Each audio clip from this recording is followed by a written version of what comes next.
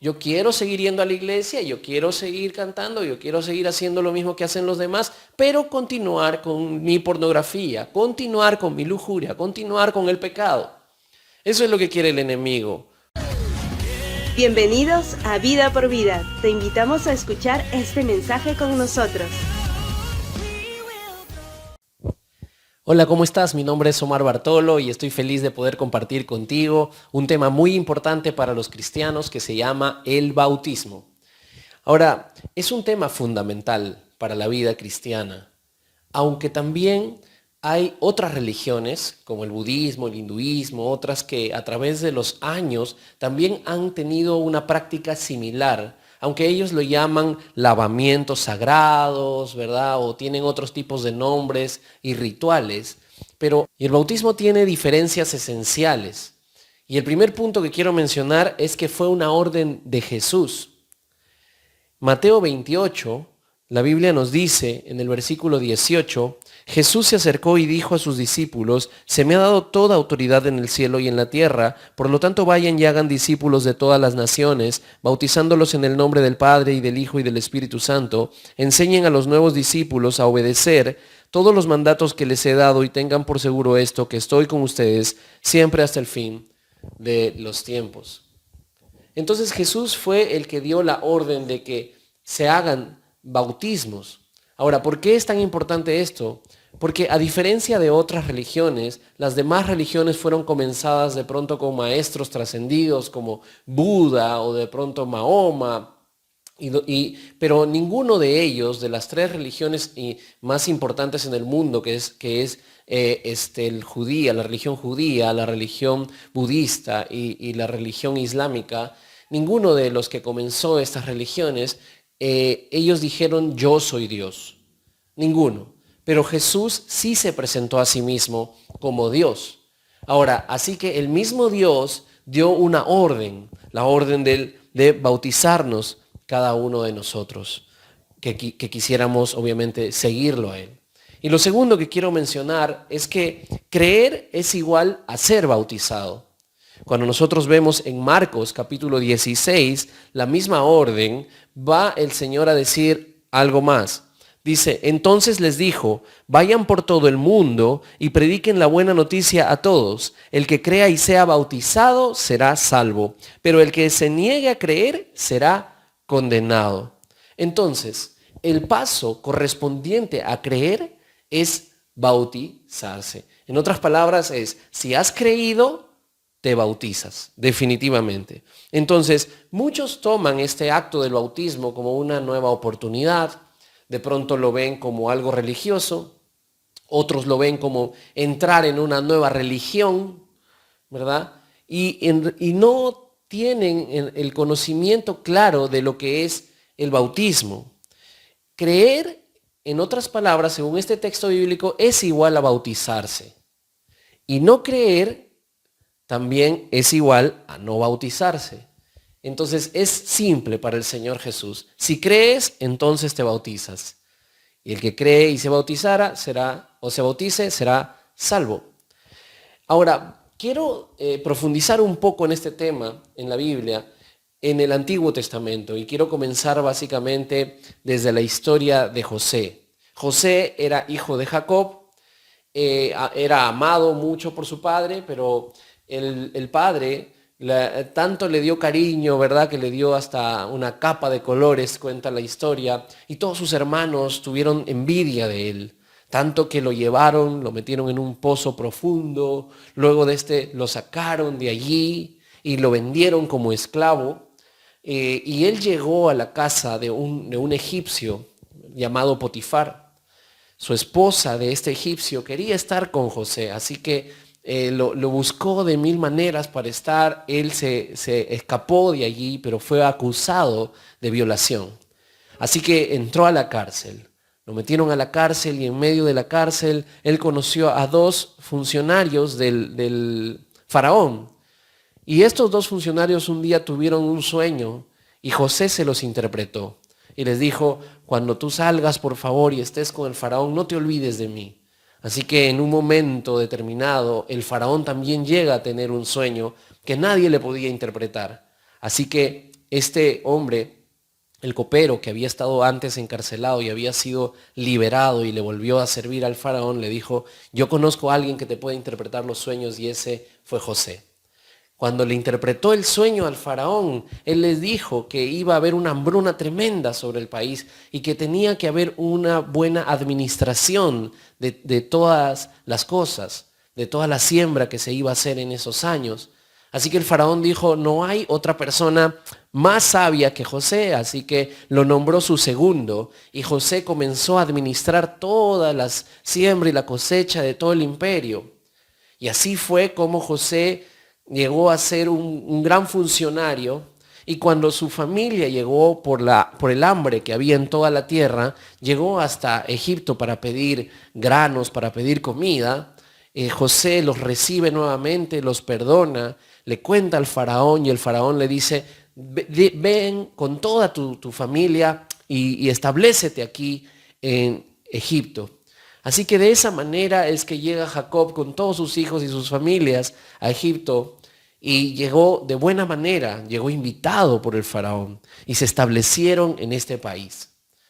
Pero conforme pasó el tiempo y murió la generación de José, asumió, dice, el reinado otro rey que no conoció a José, que no conoció todo lo que había hecho él por todo el pueblo de Egipto. Así que se tuvo miedo porque los israelitas dentro de Egipto comenzaron a multiplicarse, y dijo, si ellos se multiplican van a ser mañana más fuertes que nosotros.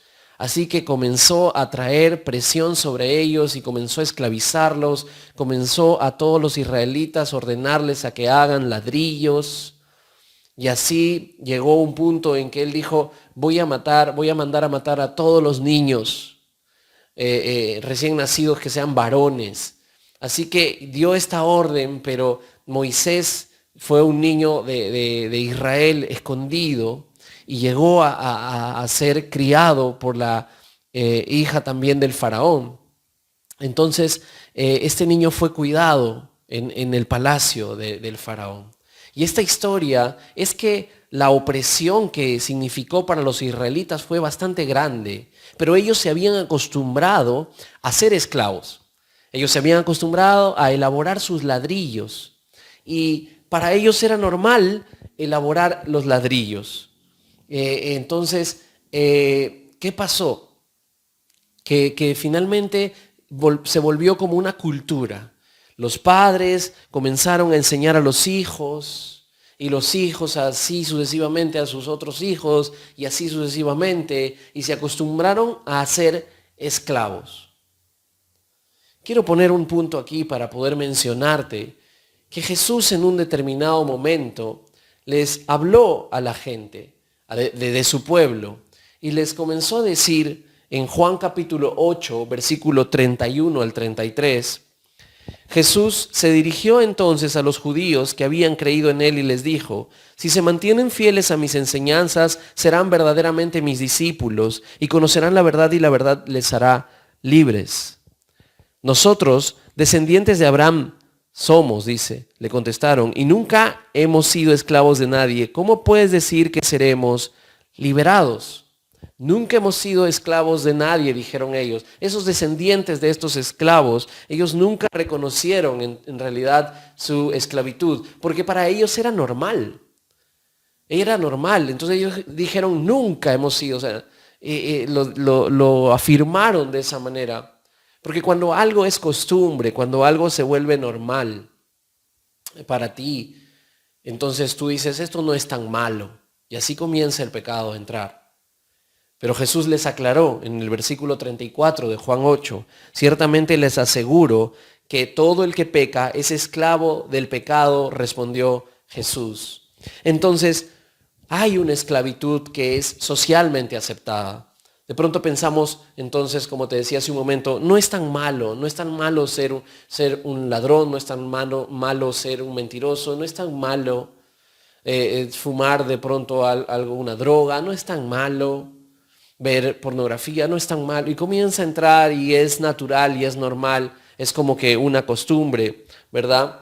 Entonces, es como el perro de pronto que está amarrado a una cuerda, en un poste, y está en el jardín de la casa, y está amarrado con una cadena. Y de pronto, mientras el perrito está dentro del jardín, se siente libre, está feliz, corriendo de aquí por allá, aunque la cadena la jala, ¿verdad? Pero no siente nada, al contrario, posiblemente para él sea un adorno en su cuello, como un bling bling, ¿verdad? Como un super bling bling. Y allí está feliz el perrito hasta que pasa alguien por el camino. Y el perro quiere ladrarle, quiere morderle y sale corriendo de su lugar y llega hasta casi a tocar a esa persona, pero no puede porque está en los límites y siente algo que le jaló en el cuello.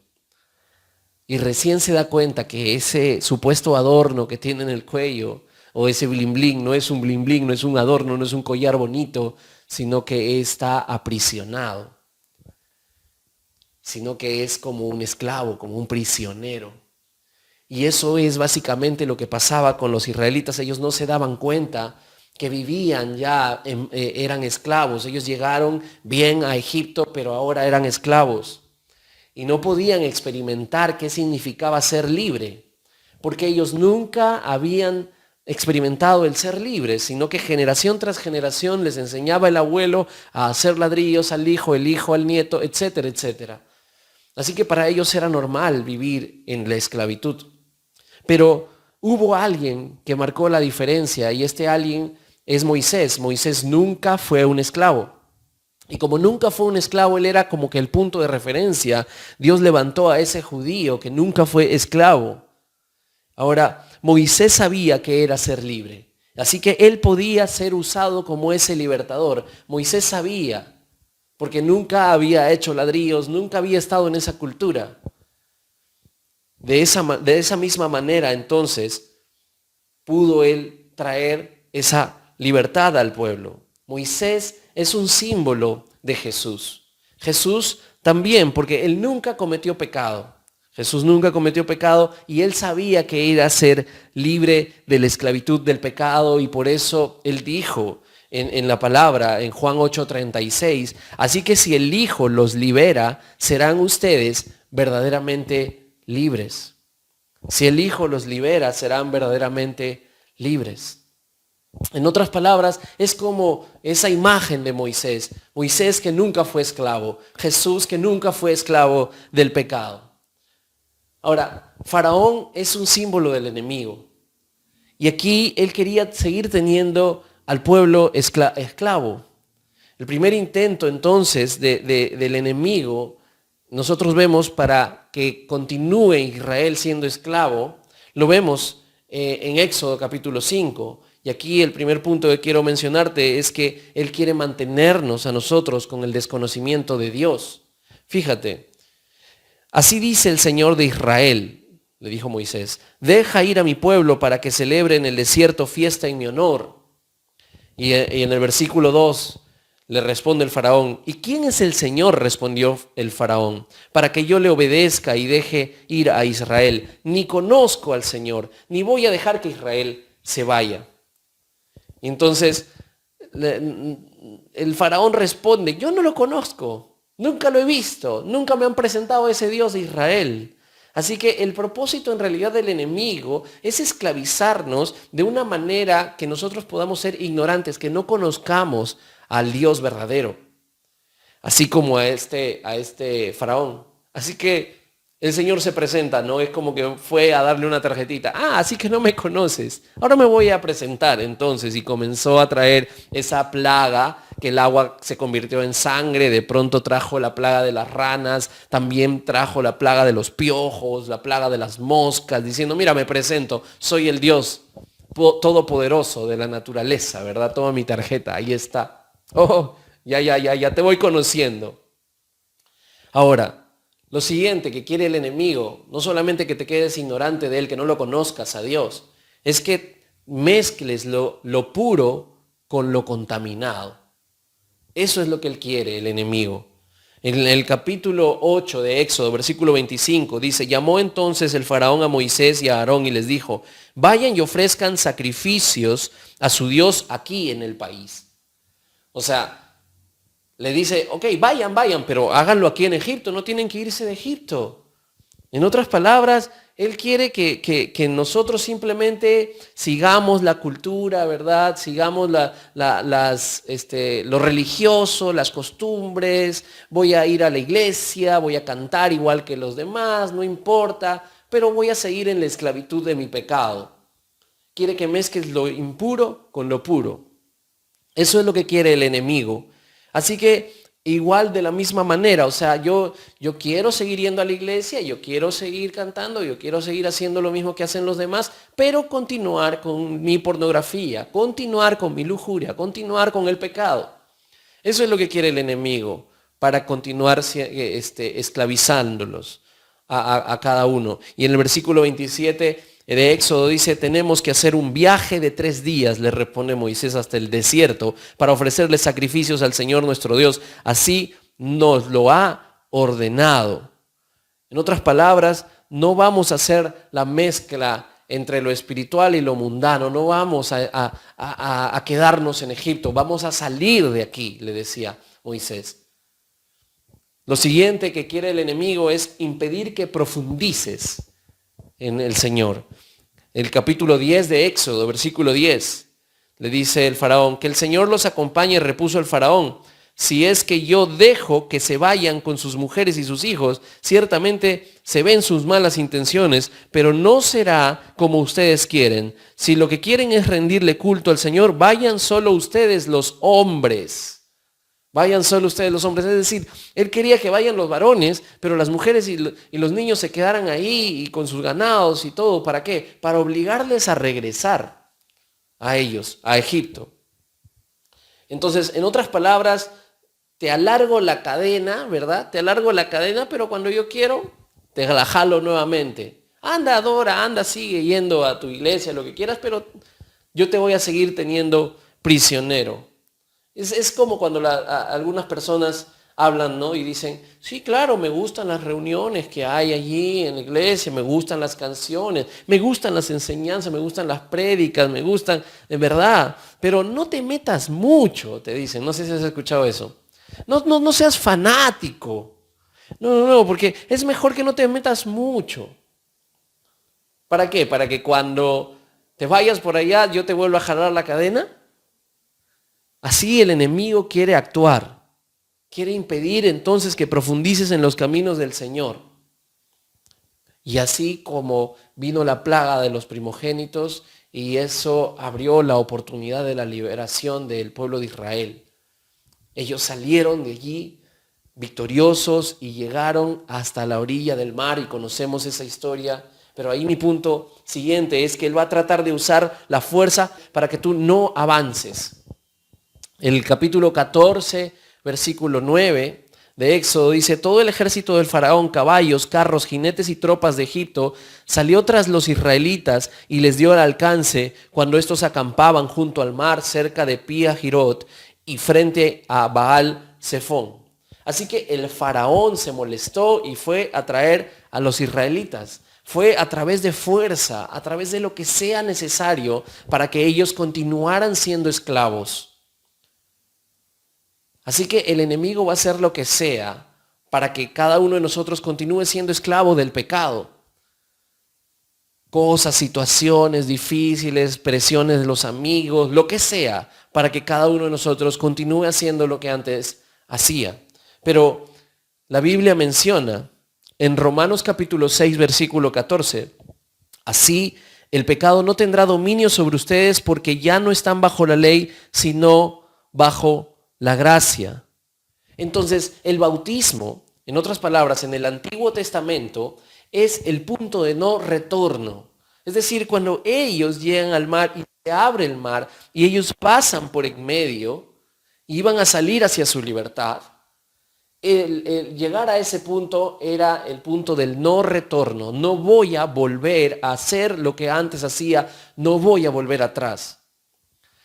Precisamente para mencionarte esto, y lo aclara en 1 Corintios capítulo 10, el versículo 1, dice, no quiero que desconozcan, hermanos, que nuestros antepasados estuvieron todos bajo la nube y que todos atravesaron el mar. Todos ellos fueron bautizados en la nube y en el mar para unirse a Moisés. Entonces, el concepto del bautismo implica haber pasado por esas aguas que ponen distancia definitiva entre lo que antes me controló, entre el pecado que antes me controló y vivir en la libertad que Dios me está llevando a vivir. Es muy importante entonces conocer esta historia en el Antiguo Testamento, pero vamos a ver qué es lo que nos dice la palabra de Dios también en el Nuevo Testamento. Romanos capítulo 6, versículo 1 al 14. ¿Qué pues diremos? ¿Perseveraremos en el pecado para que la gracia abunde? De ninguna manera, porque los que hemos muerto al pecado, ¿cómo viviremos aún en él? ¿No saben que todos los que hemos sido bautizados en Cristo Jesús hemos sido bautizados en su muerte? Porque somos sepultados juntamente con él para muerte por el bautismo, ojo, por el bautismo, a fin de que como Cristo resucitó de los muertos por la gloria del Padre, así también nosotros andemos en vida nueva. Porque si fuimos plantados juntamente con él en la semejanza de su muerte, así también lo seremos en la de su resurrección. Sabiendo esto, que nuestro viejo hombre fue crucificado juntamente con él, para que el cuerpo del pecado sea destruido, a fin de que no sirvamos más al pecado, porque el que ha muerto ha sido justificado del pecado. Y si morimos con Cristo, creemos que también viviremos con él. Sabiendo que Cristo, habiendo resucitado de los muertos, ya no muere, la muerte no se enseñorea más de él, porque en cuanto murió al pecado, murió una vez por todas. Así, en cuanto vive, para Dios vive. Así también ustedes considérense muertos al pecado, pero vivos para Dios. Entonces, en el Antiguo Testamento vemos que el bautismo es esa simbología de todo el pueblo pasando por las aguas y saliendo hacia la libertad. Pero en el Nuevo Testamento es una simbología de la muerte y resurrección de Jesús. Bautismo es la misma palabra en el original, es sumergirse. ¿Ok? Entonces, cuando una persona se bautiza y se sumerge completamente en las aguas, simboliza que Jesús ha muerto. Es como que ha muerto y ha sido sepultado y está bajo las aguas. Y cuando sale de las aguas, ¿no? Cuando una persona sale de las aguas del bautismo, es como que ha salido de la muerte a la resurrección, a una nueva vida. Eso es lo que está diciendo. Eres una nueva persona. En otras palabras, las deudas desaparecieron. El bautismo precisamente es eso, una nueva oportunidad. Sales y resucitas juntamente con Cristo. Eso es lo que nos enseña en el Nuevo Testamento. Primera de Corintios, capítulo 12, versículo 13. La Biblia dice: porque por un solo espíritu fuimos todos bautizados en un cuerpo, sean judíos o griegos, sean esclavos o libres, y a todos se nos dio a beber de un mismo espíritu. Entonces, cuando nosotros pasamos el bautismo, estamos liberándonos, estamos pasando, ¿verdad? Y en esa libertad del pecado, lo que antes me controlaba. Empezando una nueva vida sin ningún pendiente, pero también está siendo incorporado al cuerpo de Cristo. Dice, somos bautizados por un solo espíritu, nos dio a beber de un mismo espíritu, ¿verdad? Y dice, fuimos bautizados en un cuerpo. Es decir, en otras palabras, también en el Nuevo Testamento nos dice que cuando somos bautizados, somos integrados al cuerpo.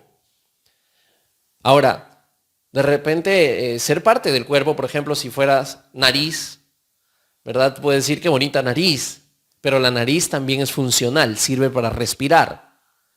Tú puedes decir qué bonita boca, pero esa boca sirve para comer. En otras palabras, cuando uno se bautiza, entra al cuerpo, pero también entra al cuerpo para ser funcional, para ser parte de él, para servir, para unirse.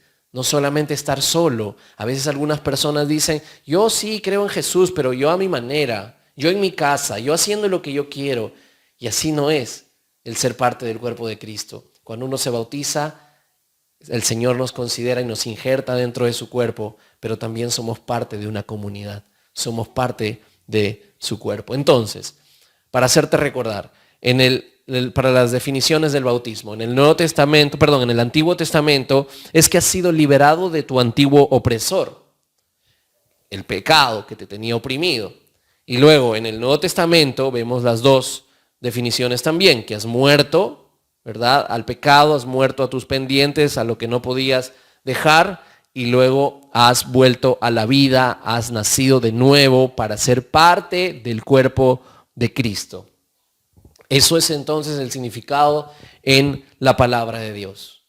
Ahora, para contarte un poco de historia, en el año 312 el emperador Constantino decide ser cristiano. Hasta ese año todos los cristianos habían sido perseguidos, muertos y todo estaba prohibido, hasta que él tuvo una guerra, y en esta guerra él tuvo un sueño la noche anterior a la guerra, y en ese sueño se le hizo ver de que si ponía las cruces en sus banderas, en sus estandartes, él iba a ganar.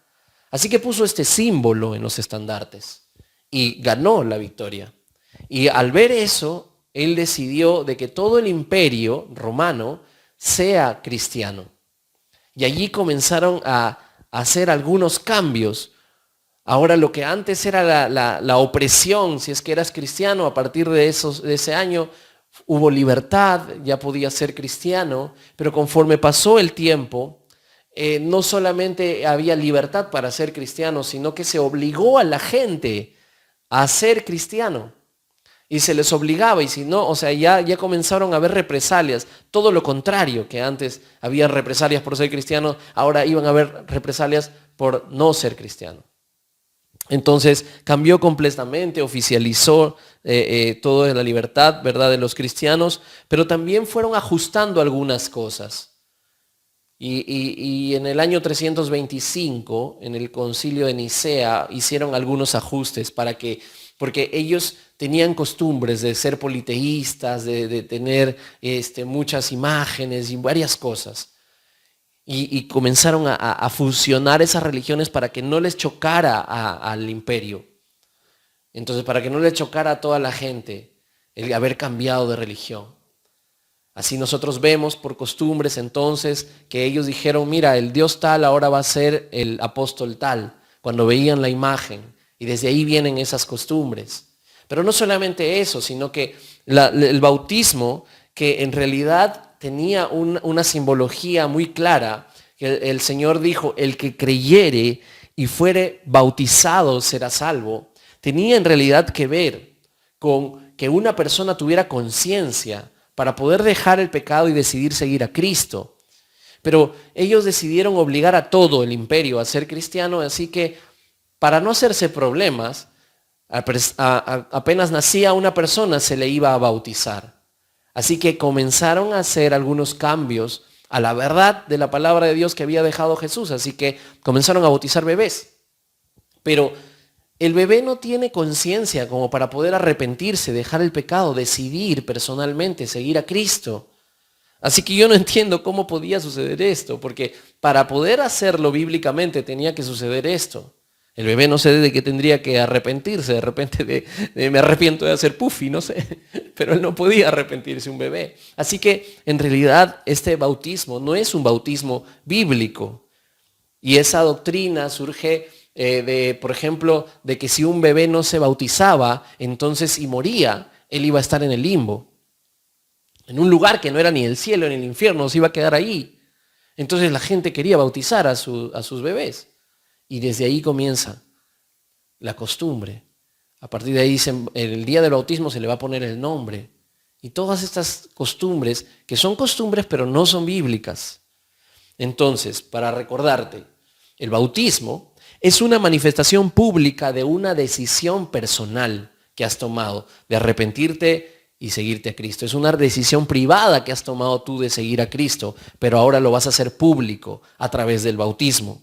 El agua entonces está diciendo, hasta aquí llegó mi esclavitud al pecado y salgo a la libertad de los hijos de Dios. He muerto a mi vieja naturaleza, me hago semejante con Cristo en su muerte y su resurrección, pero resucito juntamente con Cristo a una nueva vida, a una vida de libertad. Entonces, el bautismo es un paso de obediencia a Jesús. Jesús lo ordenó.